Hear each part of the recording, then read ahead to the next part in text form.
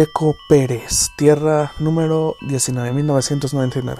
Sergio Michel Pérez Mendoza, alias Checo Pérez, es uno de los 6 mexicanos en toda la historia del automovilismo deportivo que ha sobresalido como ningún otro, siendo el primer mexicano en tener más podios de victoria contra los primeros 2 podios que tuvo Pedro Rodríguez, casi medio siglo atrás, siendo becado por sus amigos bajo la escudería Telmex para finalmente, a sus 21 años, competir por primera vez en la Fórmula 1 con la escudería Sauber Motorsports, teniendo una buena temporada que haría que el equipo de McLaren se fijara en sus habilidades y lo ficharía 2 años después. Sin embargo, esta fue una de sus peores temporadas, donde no lograría ningún podio. No obstante, la suerte le sonreiría cuando en el 2021 logró fichar con la escudería de Red Bull Powertrains, donde conseguiría las mayores victorias en la historia de su carrera deportiva. Sin embargo, en el 2023 sería un año desastroso, ya que para él caería ante los excesos de los anunciantes, apareciendo en publicidades bestiales, dejándole poco tiempo para practicar,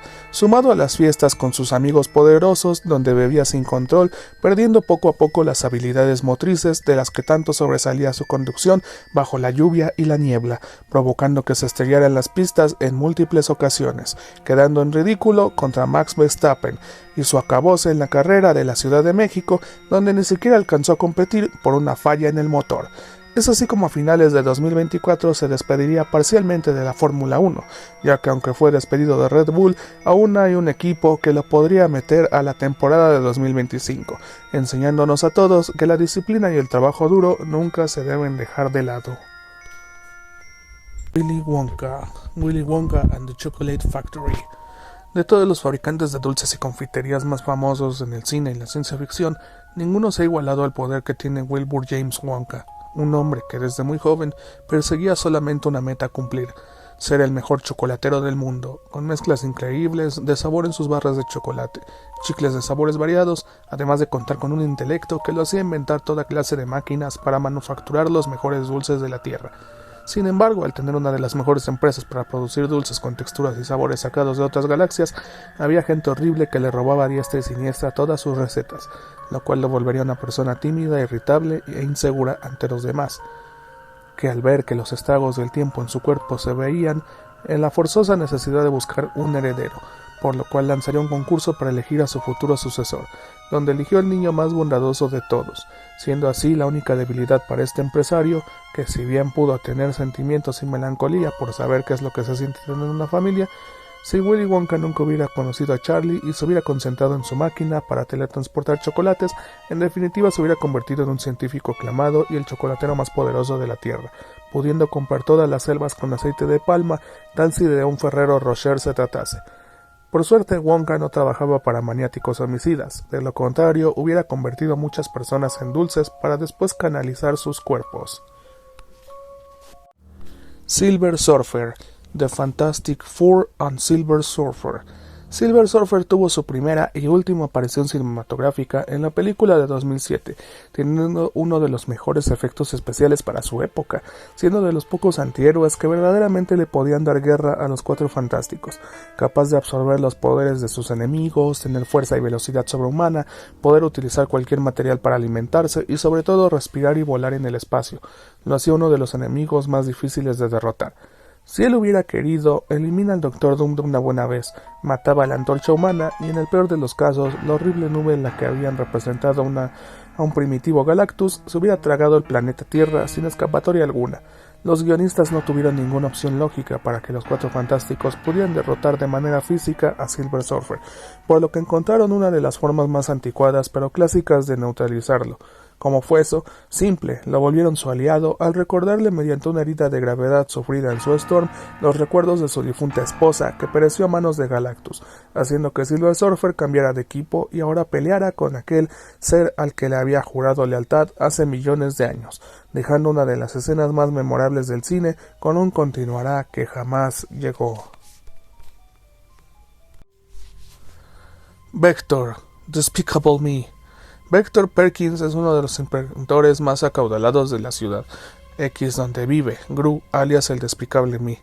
Contando con un coeficiente intelectual de 176 puntos, se la pasa fabricando armas y artilugios para ser el mejor villano de toda América, siendo responsable de robarse las pirámides de Giza y tener en su poder más de la mitad de la banca privada en el banco de supervillanos, ya que su padre es el dueño del mismo, a su vez contando con el rayo encogedor con el que podría finalmente robarse la luna. Sin embargo, no contaba con que al robarse a las hijastras de Gru se formaba de un enemigo semipoderoso, motivo por el cual después de una épica batalla, él se quedaría atrapado por un tiempo en la luna sin poder retornar a casa hasta la cuarta entrega de Despicable Me. Si Vector hubiera querido, mandaba a Gru a las Islas Marías para jamás volver, o mejor aún, lo volvería enemigo público número 1, provocando que Gru fuera exiliado en Cuba, pereciendo como víctima de un comunismo salvaje. Sin duda alguna, Gru tuvo mucha suerte de que Vector en parte fuera algo idiota para pelear cuerpo a cuerpo.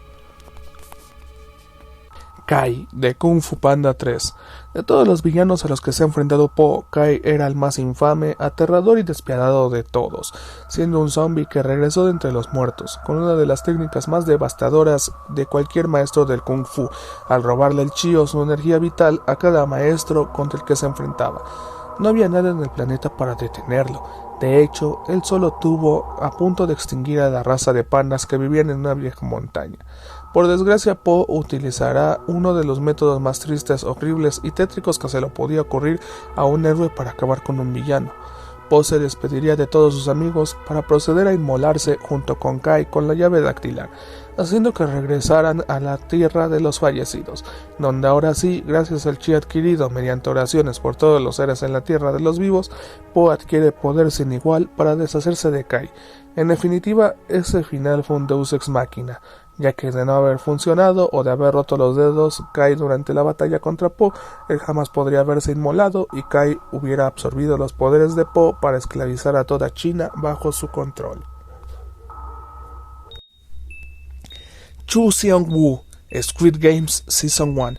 Con una deuda por más de 100 millones de bolívares soberanos y teniendo uno de los intelectos más altos entre todos los 456 jugadores en los Squid Games, Chu Seong-woo demostraría sus habilidades al sobrevivir en el juego de luz roja a luz verde. Igualmente engañaría a su ex mejor amigo Seong-yoon en el juego de Dalgona para elegir una de las figuras más difíciles de todas. También en el juego de las canicas le vería la cara al jugador hindú, engañándolo para que creyera que en su bolsa habían canicas en lugar de piedras, llegando a buscar estratégicamente ser de los últimos en el juego del puente de cristal para que así tuviera el camino fácil al ver como todos los demás se caían para adivinar el camino correcto. Incluso no tenía moralidad ni piedad al rematar fríamente el cuerpo débil y moribundo de la jugadora de Norcorea,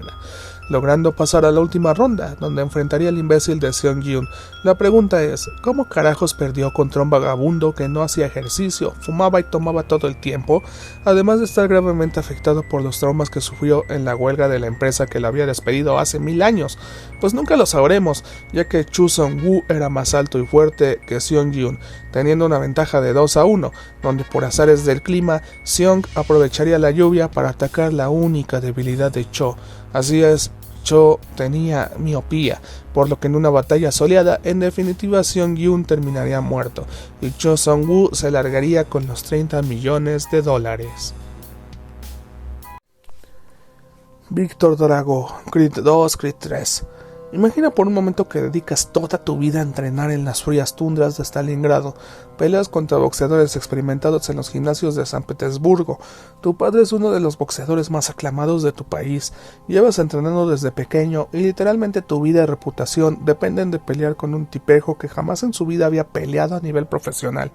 Así es, amigos. Estamos hablando de Víctor Drago, el hijo de Iván Drago, aquel peleador que hace 30 años dejaría muerto a Apollo Creed y dejó en orfandad a su hijo Adonis, hijo que tuvo que recurrir a Rocky Balboa para aprender algunos trucos de pelea y después darle la espalda cuando empezó a ganar peleas de poca monta. Nadie sabe cómo es que Víctor Drago, dejando en un estado de gravedad el cuerpo destruido de Adonis en su primer pelea de exhibición, haya perdido en la segunda por la magia del amor y la amistad. Víctor Drago perdió contra un pusilánime que ni en su perra vida había sufrido todo lo que Víctor sufrió. Sin embargo, como Víctor es ruso, en la tercera película haría las paces con Adonis y se volvería su amigo, ya que los rusos saben perdonar. Síndrome de Incredibles. Con ustedes la joya de la corona, un supervillano caprichoso, alguien que planeó su venganza durante 6 años, que erradicó los superhéroes más poderosos de la Tierra, alguien que utilizó su sabiduría, su intelecto y todo lo que poseía para el mal, alguien que con sus robots adaptativos hizo una masacre sin igual contra personas que ni en 1000 vidas podría haber tocado con sus propias manos,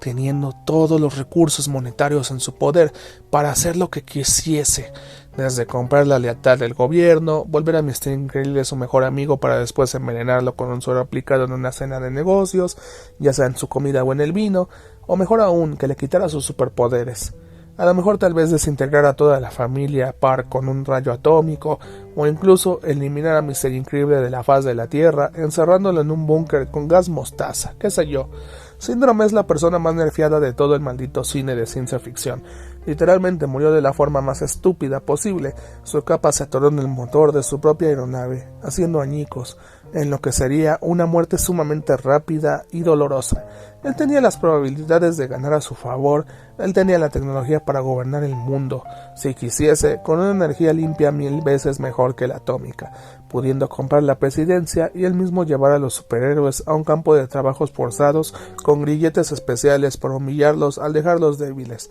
Pero no, prefirió robarse el bebé más bizarro del mundo para posteriormente fallecer en un accidente 100% evitable.